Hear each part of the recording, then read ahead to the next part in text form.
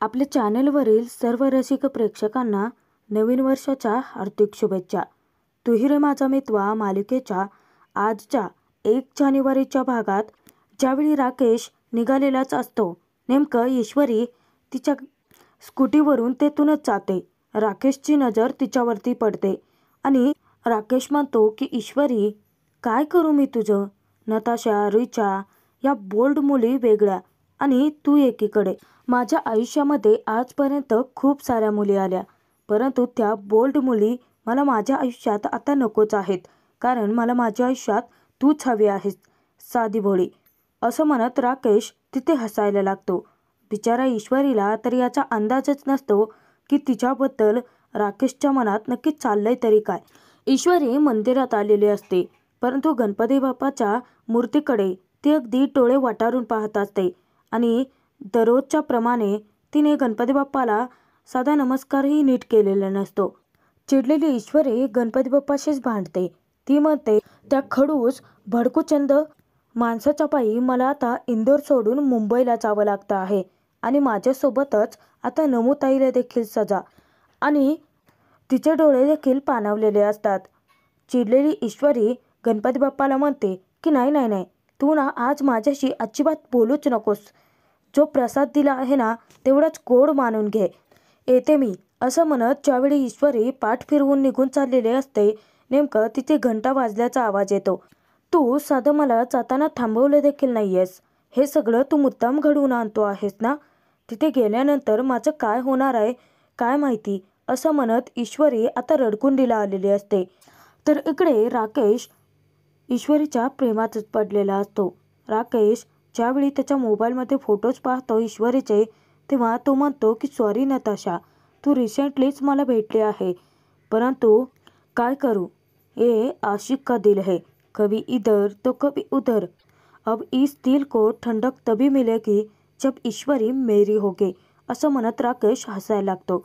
चिडलेली ईश्वरी पुन्हा गणपती बाप्पांना म्हणते की मी जाते आणि ती परत माघारी फिरते आणि ती गणपती बाप्पांशी गप्पा मारते। आता मला त्या मुंबईमध्ये राहायला जावं लागणार आहे, तेही आईबाबांशिवाय आणि जेयू आत्यासोबत। ईश्वरी आता जाम वैतागलेली असते। तर ईश्वरी आता खूपच रडकुंडीला आलेली असते आणि गणपती बाप्पांच्या समोर ती चक्क रडतही असते। ती म्हणते की जाऊ देत, फायनली ना मी जातेच आता। असं म्हणत रागाने तरातरा ईश्वरी मंदिराच्या बाहेर येते। मी ना गणपती बाप्पा आता तुझ्याशी कधीच बोलणार नाही, असं म्हणत चिडलेली ईश्वरी मंदिरातून निघून जाते। तर इकडे सुप्रिया खूप विचार करते। ज्यावेळी संजय येतो तेव्हा सुप्रिया त्याला विचारते की मी घेतलेला निर्णय, तेव्हा संजय तिला म्हणतो की अगदी बरोबरच आहे, इथे मुलींचं राहणं खूपच अवघड झालं असतं। तर सुप्रियाने हा निर्णय अगदी कठोर मनाने घेतलेला असतो। तेव्हा संजय तिला समजावतो की मुली तिकडे राहिल्या तर काही दिवसात जे घडलंय ते लोक इथले विसरून जातील। हे बघ, आपण आई बाबा आहोत आणि आपल्या मुलींचा विचार आपण करणार। सुप्रिया जाता क्षणी संजय म्हणतो की मला चांगलंच कळतंय की ईश्वरीबद्दल तुझ्या मनात किती माया आहे ते। तर इकडे ईश्वरी तणातणा करतच तिच्या गाडीपाशी आलेली असते। नेमका तिथे राकेश येतो आणि ईश्वरी बडबडतच असते की मुंबईची लोक नक्की असतील तरी कशी।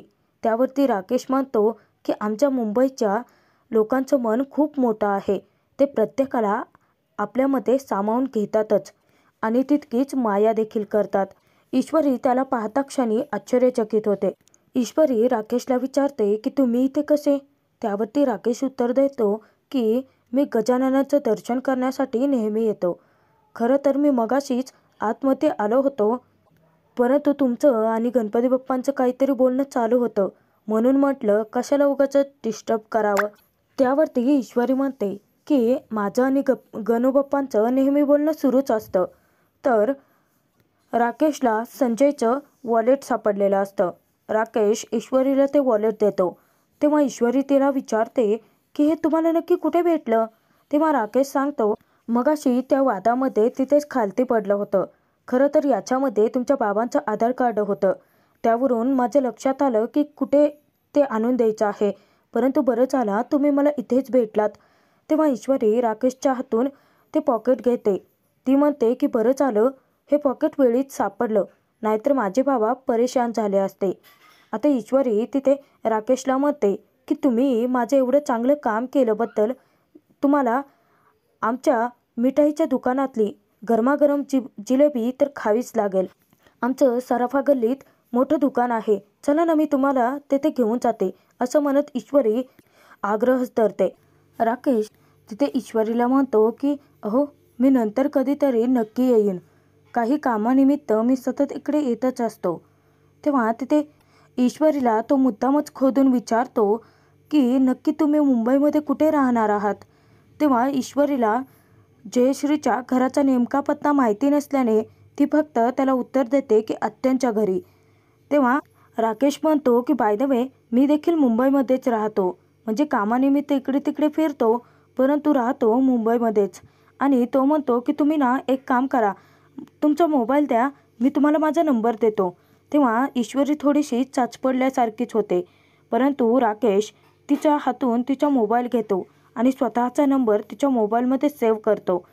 आणि ईश्वरीला तो सांगतो की कधीही मुंबईमध्ये तुम्हाला काहीही लागलं तर मला नक्की कॉल करा. तो तिला हा विश्वास पटवून देतो की राकेश स्वतःच किती चांगला मुलगा आहे, किती चांगल्या विचारांचा माणूस आहे. राकेश तिथे ईश्वरीला पुढे म्हणतो की तुम्ही काळजी करू नका, कसं आहे ना, मी तुमचा नंबर नाही मागणार आहे, कारण मुलींना पर्सनली असे नंबर्स द्यायला नाही आवडत, मी समजून घेऊ शकतो. हां, परंतु मी एवढं मात्र नक्की सांगतो की तिथे आल्यानंतर कधी तुम्हाला कसलीही गरज भासली तर मी आहे, मला कॉल नक्की करा. त्यानंतर राकेश तेथून निरोप घेऊन जातो. तेव्हा भोळीभाबडी ईश्वरी त्याच्यावरती विश्वास ठेवते, त्याच्या चांगुलपणाला भुलते ती. आणि ती म्हणते की मुंबईत देखील चांगली माणसं आहेत, किती फरक आहे ना माणसांमध्ये. तो भडकूचंद भांडाभांडे आणि हे राकेशचे. आणि ईश्वरी आता खूप खुश असते की तिच्या ओळखीचं कोणीतरी मुंबईमध्ये आहे जे तिला तिथे मदत करू शकतं. तर इकडे अर्णव ज्यावेळी जेवणासाठी आलेला असतो तेव्हा आकाश व तो दोघेही कामानिमित्तच बोलत असतात. इतक्यात त्यांची मेड येऊन राकेशला अर्णवला जेवण देऊन जाते. तेव्हा अर्णव चिडतो आणि म्हणतो की हे काय आणलं आहे, बॉइल्ड चिकन सांगितलं होतं ना. इतक्यात अंजली येते आणि म्हणते की नावही काढू नकोस त्याचं, आज घरात पूजा आहे. तेव्हा चिडलेला अर्णव डोळे वटारून तिच्याकडे पाहत असतो. तर अंजली त्याच्या जवळ येते आणि त्याला सांगते की नशीब आज आजी नाही आहे घरात, हे सगळं तुझ्या तोंडून ऐकलं असतं ना मग काही खरं नव्हतं. आणि ती म्हणते की डोळे वटारून माझ्याकडे बघूच नकोस, खरंच पूजा आहे आज घरात. इतक्यातच अर्णवला फोन येतो. तेव्हा अंजली त्याला म्हणते की हे काय. अर्णव सांगतो की इम्पॉर्टंट कॉल आहे, घ्यावाच लागेल. आणि बाजूला येऊन तो विचारतो की झाली का चौकशी, आपलं फॅशन शो स्पॉईल करणारी ती मुलगी होती तरी कोण, तिला कोणी पाठवलं होतं, असे अनेक प्रश्न तो विचारतो. तेव्हा शिर्के सांगतात की नाही सर, अजून हवी तशी माहिती मिळालेली नाही आहे. अर्णव चिडतो आणि तो म्हणतो की गेले 3 दिवस झाले आहे तुम्ही हीच उत्तरं मला देत आहेत. त्यावरती शिर्के म्हणतात की सर अहो त्या मुलीने स्वतःबद्दल काही माहितीच दिलेली नाही आहे आणि बाकीचे बिझनेस रायव्हल देखील आहेत ना, त्या कामांमुळे इकडे जरासं दुर्लक्ष झालं. काही पुरावा असल्याशिवाय आपण असं कोणाला ब्लेम करणार ना सर, असं शिर्केने म्हणताक्षणी अर्णव चिडतो आणि फोनवरती त्याच्यावरती ओरडतो की पुरावा माय फूट आणि फोन ठेवून देतो. तर इकडे ईश्वरी नमू दोघेही जयश्रीसोबत मुंबईला जायला निघालेल्याच असतात. त्या बॅगा घेऊन बाहेर येतात. तेव्हा चेयू विचारते की सगळं पॅक केलं आहे ना. आणि इतक्यातच सुप्रिया बेसन लाडवांचा डबा घेऊन बाहेर आलेली असते. तेव्हा सुप्रियाला देखील तिच्या मुलींना तिच्यापासून दूर पाठवणं खूप अवघड जात असतं, परंतु काळजावरती दगड ठेवून तिने हा निर्णय स्वीकारलेला असतो. ज्यावेळी ईश्वरी सुप्रियाला पाहते त्याच वेळेस ती पटकन धावत सुप्रियाकडे येते, परंतु सुप्रिया तिच्याकडे दुर्लक्ष करते आणि नमूजवळ जाते. तेव्हा ईश्वरीला खूप वाईट वाटतं, तिच्या डोळ्यामध्ये अश्रू दाटून येतात. तर सुप्रिया तिथे नमूला सांगते की भूक लागली का समोर येईल ते खायची सवय आहे आपल्याला, म्हणून जास्तीचेच बेसन लाडू दिले आहेत आणि जिरावण पण दिलं आहे. काय आहे, पोहे बनवल्यानंतर पोहे खाण्याआधी त्याच्यावरती जिरावण टाकल्याशिवाय ते घशाखाली उतरत नाहीत हे देखील चांगलंच माहिती आहे मला, असं सुप्रिया मुद्दामच मोठ्याने म्हणते. आता या सगळ्या सवयी तर ईश्वरीच्या असतात. ईश्वरीच्या लक्षात येतं की आई कितीही चिडली असली तरी देखील तिच्या मनात तिच्याविषयी नक्की किती माया आहे ते. आणि आणखीन 2 गोष्टी बजावूनच सांगते आहे की जयूताईंना तिथे जाऊन उगाच त्रास देऊ नका आणि आम्हाला इथे काही परेशानी होईल असं काही चुकीचं वागू नका. तेव्हा नमू ईश्वरीकडे पाहते तेव्हा ईश्वरी मान हलवून होकार देते. तर ईश्वरीचा होकार नमू सुप्रियापर्यंत पोहोचवते. सुप्रिया तिथे बजावून दोघींनाही सांगते की जयूताईंना अजिबात त्रास द्यायचा नाही. त्यांचा जर फोन आला ना मला तक्रारीचा तर बघा मग. तेव्हा ईश्वरी नमूकडे पाहत तिला मान हलवून पुन्हा होकार देते. तर नमू ईश्वरी दोघेही त्यांच्या आईवडिलांचे आशीर्वाद घेतात. ज्यावेळी ईश्वरी तिच्या बाबांकडे जाते तेव्हा त्यांचा आशीर्वाद घेते. बाबा तिला सांगतात की सांभाळून राहा. तर संजय तिथे आता ईश्वरीला इशारा करतो. तेव्हा ईश्वरी पटकन सुप्रियाकडे जाते आणि सुप्रियाचा ज्यावेळी ती आशीर्वाद घेत असते तेव्हा सुप्रिया जरी कितीही कठोर झाली तरी देखील नकळतपणे ती तिला आशीर्वादही देऊन टाकते. आता आशीर्वाद दिला हे म्हटल्यानंतर ईश्वरी खूप खुश होते. परंतु ईश्वरीसमोर फक्त सुप्रिया निर्दयी असल्यासारखं वागत असते. त्यानंतर ईश्वरी तिला काही बोलणार तर सुप्रिया तोंड फिरवून तेथून जाणार.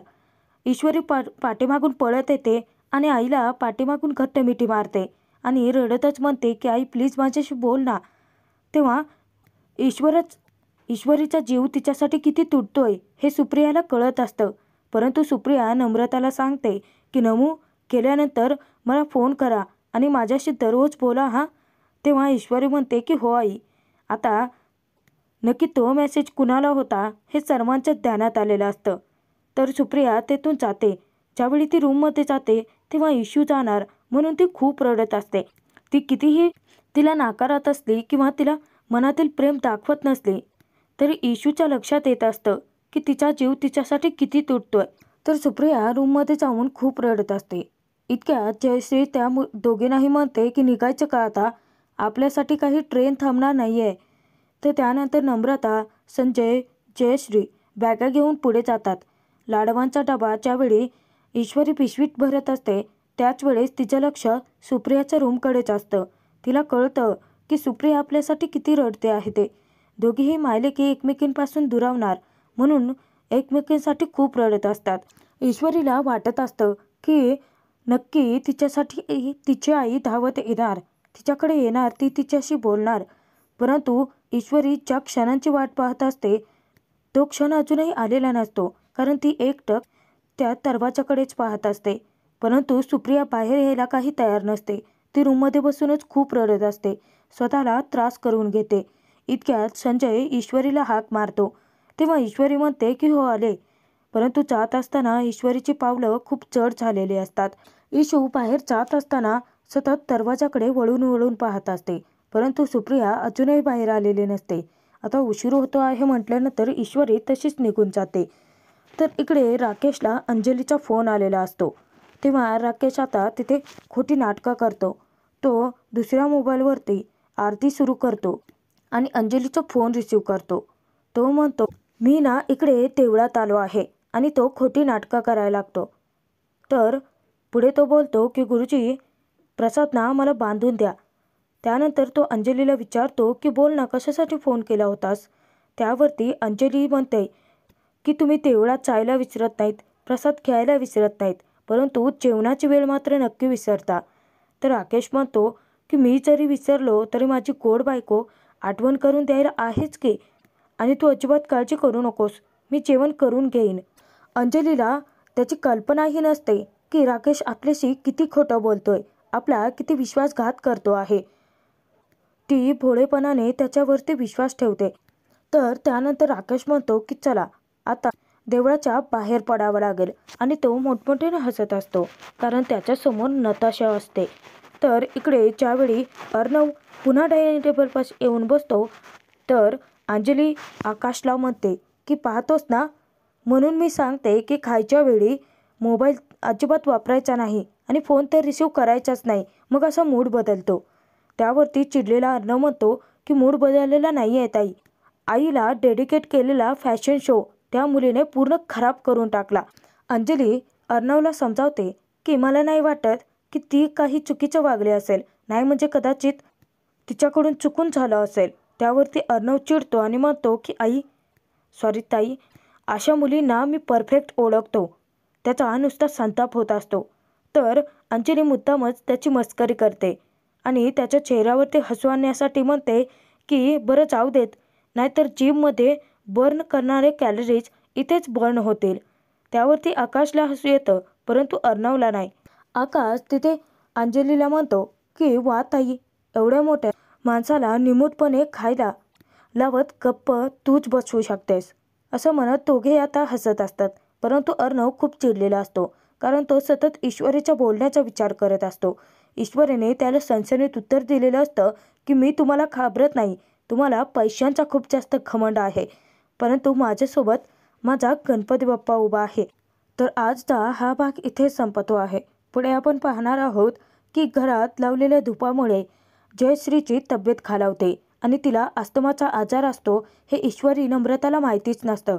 तेव्हा तिला खूप जास्त त्रास होत असतो. ती पंप वापरते, परंतु त्यामध्ये काहीच नसतं. तेव्हा ईश्वरी घाबरते आणि पटकन केमिस्टकडे धाव घेत ती तिच्यासाठी दुसरा पंपही घेऊन येते. परंतु सगळं ट्रॅफिक जाम झालेलं असतं. आता ईश्वरीला वेळेत पोहोचायचं असतं आणि आत्याचा तिचा जीव वाचवायचा असतो. तर ईश्वरी सर्व गाड्यांच्या वरूनच धावत असते. नेमकी तिथे अर्णवचीच गाडी असते आणि नियतीने पुन्हा त्या दोघांना एकमेकांच्या समोर आणलेलं असतं.